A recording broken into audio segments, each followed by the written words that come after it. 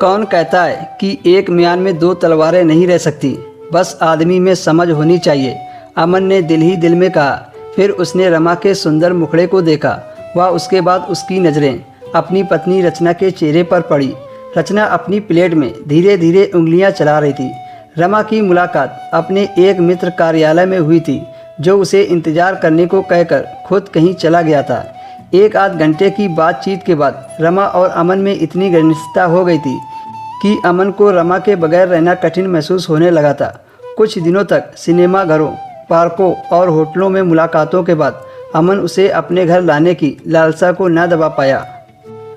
रचना को अमन ने जब यह कहा कि वह रमा को भी अपने घर में रहने दे, तो रचना पर मानो बिजली गिर गई थी।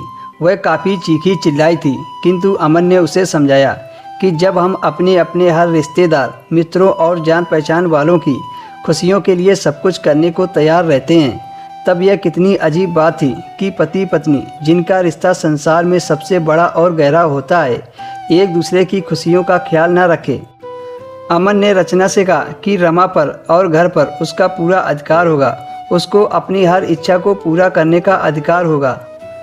बस वह रमा को उसके साथ इस घर में रहने दे, आपत्ति ना करे, और पड़ोसियों को वह यही बताए कि रमा उसकी मामी की या चाची की लड़की है और वह यहाँ पर नौकरी करने आई है और अब हम लोगों के साथ ही रहेगी। आखिर जब रमा ने देखा कि अमन को समझाने बुझाने का अब कोई फ़ायदा नहीं है, तो एक हफ्ते की खींचतान के बाद उसने अमन की इच्छा के आगे सिर झुका दिया। अब तो अमन के पांव जमीन पर न टिकते थे। वह उसी दिन जाकर रचना को अपने घर ले आया।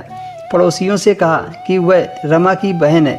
रिश्तेदारों ने आपत्ति उठाई तो अमन ने यह कहकर उनका मुंह बंद कर दिया कि जब मियाँ बीबी राजी तो क्या करेगा काजी।